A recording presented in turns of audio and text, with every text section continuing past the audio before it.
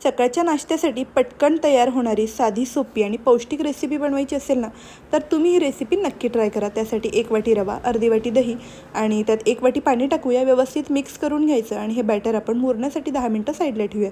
चॉपरमध्ये कोथिंबीर, कांदा आणि गाजर टाकलं आहे. तुम्ही अजून कुठल्या भाज्या टाकायच्या असतील तर त्यासुद्धा टाकू शकता. चॉपरमध्ये ह्या भाज्या अगदी बारीक चॉप करून घ्यायच्या. त्यानंतर ह्या भाज्या आपण बॅटरमध्ये टाकूया.